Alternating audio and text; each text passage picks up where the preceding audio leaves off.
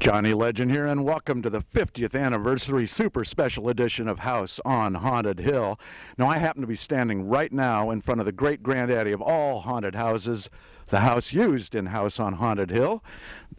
Came out in 1959, as you all know, and this house was designed in 1923, constructed in 1924 by the world-renowned architect Frank Lloyd Wright. Now, it's got a definite Mayan design, which is quite obvious. And just to let you know, the house was almost destroyed by the earthquake here in 1994, as was I. And then the rainstorms the next year almost did it in completely.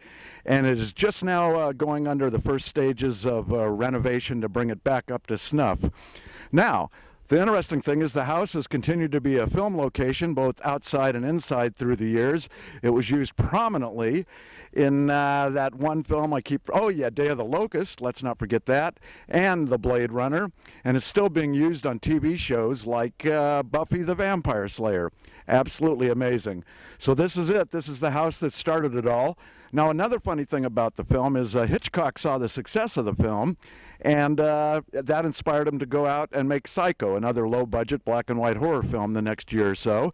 And that happened. Now, if there's anybody left on Earth that doesn't know this, this was the film that featured the Emergo-skeleton, which was a skeleton that was mounted on pulleys or whatever. And in the key scene where Carol Omart gets confronted by the skeleton in local movie theaters would actually come out into the audience all the way overhead and go all the way back in while Price was reeling it in on screen. An absolutely amazing gimmick. And my good friend Bruce Goldstein at the Film Forum was so inspired that in the late 80s he went back and got all the castle gimmicks, the skeleton, Emergo skeleton. He got the tingling seats.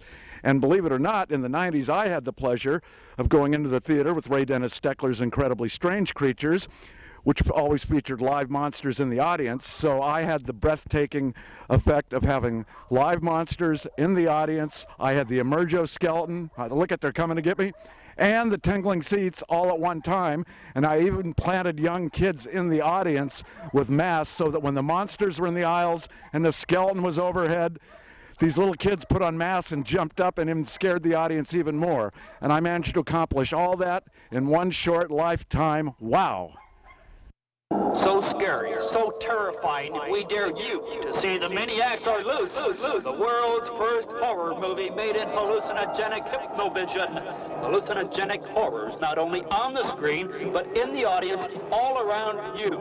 It's a hallucinogenic nightmare. You are put in the middle of the picture with bloodthirsty maniacs all around you. Not only on the screen, but live maniacs in the audience. All over the theater, looking for victims. Homicidal maniacs escape from an asylum. They terrorize a community. Gullible, love-starved women become their prey. And you'll see these same bloodthirsty maniacs in the audience all around you, alive. For the thrill of your life, see The Maniacs Are Loose.